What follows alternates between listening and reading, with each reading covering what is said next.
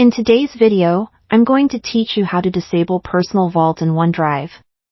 Let's get started so you can manage your OneDrive settings effectively and ensure your files are organized just the way you want them. First and foremost, the key to unlocking all your OneDrive files and settings is to have access to your Microsoft account. So, your initial step is to head over to the Microsoft account login page. Carefully enter your credentials and hit that login button. Once you're logged in, you're on the Microsoft account homepage. From here, what you're looking for next is the Apps Launcher icon. You'll easily spot this icon in the top left corner of your screen. It's represented by a grid of small squares. By clicking on it, you'll reveal a drop-down menu displaying various Microsoft services available for you to navigate. Scroll through this menu and select OneDrive. This step will take you directly to your OneDrive, where you can see all your cloud-stored files and folders.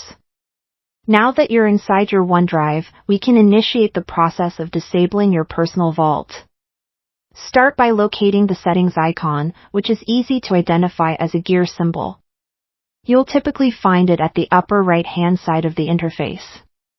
Upon clicking this gear symbol, a drop-down menu appears, providing you with access to a series of available options and preferences.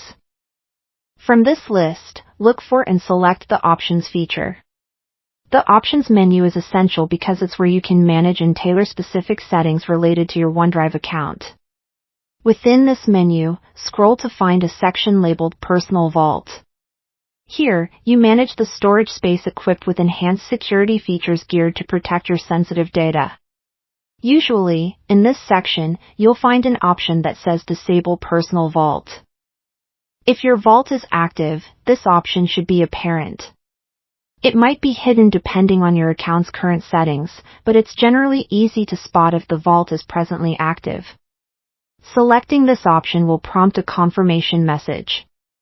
This message is there to ensure that you genuinely wish to proceed, since this action might impact how you store and secure certain files in the future.